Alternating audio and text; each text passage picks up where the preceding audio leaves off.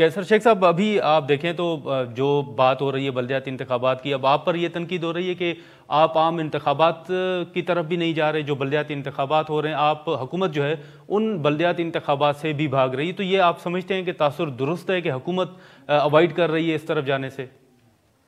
ये पंजाब के इलेक्शन देखिए, ये तो हुकूमत इनकी है सारे सूबों में, पंजाब में, KPK में और उधर गिलगित बल्तिस्तान में। हाँ। तो पंजाब मेन इलाका है, वहां तो इलेक्शन कब इन्होंने बल्दियाती इलेक्शन में भाग ये रहे हैं या हम भाग रहे हैं? इलेक्शन तो अनाउंस नहीं किए पंजाब में। तो ये मैं हैरान होता हूँ। अब कल देखिए ना, हम इलेक्शन देखा, कल रात को एक फैसला आया। अब वो फैसले के लिए इलेक्शन कमीशन ने कहा कि हमारे पास टाइम नहीं है कि एक चंद घंटों में हम ये सारा अरेंजमेंट करें।